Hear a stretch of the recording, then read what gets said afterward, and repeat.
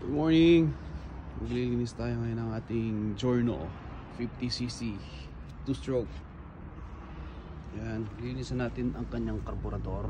Meron tayong clean carb. Tapos para sa pulley, WD-40, impact wrench, ang mga gamit natin. Yan, linis tayo ng pulley. Ito gear 50cc din yan. Ito naman 4-stroke yung gear, 4-stroke yan.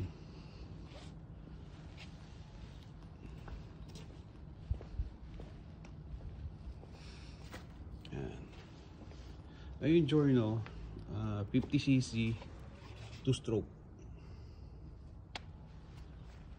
Gagawin natin dito, lilinisan natin yung pulley nya, tapos yung carburetor kasi medyo barado na siya. Let's go.